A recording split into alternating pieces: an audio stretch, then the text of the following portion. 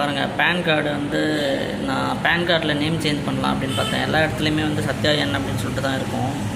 சரி, பேன் கார்ட்லேயும் அதேமாதிரி இருக்கட்டும். என்ன பேனும் ஆதாரும் கரெக்டாக மேட்ச் ஆகலைன்னா ஒரு சில இடத்துல என்னால் எதுவும் இது பண்ண முடியல, அப்ளை பண்ண முடியல எதையும்.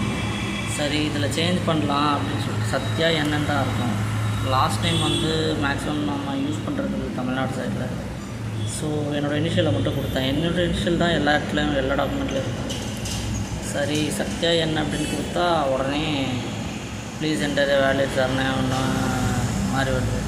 என்ன நான் போடுறது? இப்போ ஏற்கனவே இங்கே என்னோடய அப்பா நேம் ஃபுல்லாக இங்கே இருக்குது அப்படின்றதுனால தான் எனக்கு எல்லா இடத்துலையும் எரர் வருது, எதையும் அப்ளை பண்ண முடியல. சரி, இந்த இடத்துல என்னாவது போட்டு இதை நேம் சேஞ்ச் பண்ணி இது பண்ணலாம் அப்படின்னு சொல்லிட்டு பண்ணிகிட்ருக்கேன். இங்கே வந்தும் அதையே பண்ணுறீங்கன்னா என்னால் சேஞ்ச் பண்ண முடியல. எனக்கு ஒன்றும் புரியலை, நான் என்ன பண்ணுறதுன்னு தெரியல. அப்டேட் ஆகுங்கடா, அடி ஏன்டா அப்படி பண்ணுறீங்க? அதுவும் இல்லாமல் இங்கே பாருங்கள், கைண்ட்லி ஏதோ ஒன்று கேட்குது. சரி, ஓகே அப்படின்னு கொடுத்தா மறுபடியும் பாருங்கள் என்னென்னு கொடுக்குறேன். என்னென்னு கொடுக்க முடியாது அப்படின்னு வந்துடுச்சு. ஓகே கொடுத்தா சரி, இங்கே டைப் பண்ணலாம். டைப் பண்ணுறேன், அதே தான் எரர் வந்துகிட்டே இருக்குது.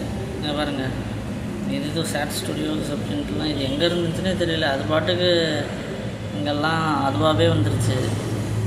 பாருங்கள், மதர்ஸ் நேம்லேயும் என் பேரே வந்துருச்சு. என்னடா பேஜ் வச்சுருக்கீங்க?